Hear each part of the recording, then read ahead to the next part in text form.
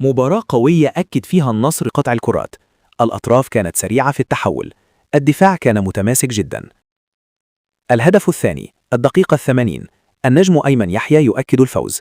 هجمة منظمة دفاعيا، تمركز مثالي، تقارب خطوط واضح، إغلاق عمق الملعب بشكل مثالي. في الوسط سيطرة على نسق اللقاء، ضغط عكسي سريع بعد فقدان الكرة، تحكم كامل في إيقاع المباراة.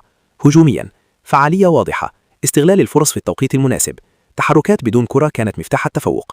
الفتح حاول يلعب على التحولات، اعتمد على الكرات الطويلة، افتكب اللمسة الأخيرة أمام المرمى، تأثر بدنيا في آخر ربع ساعة.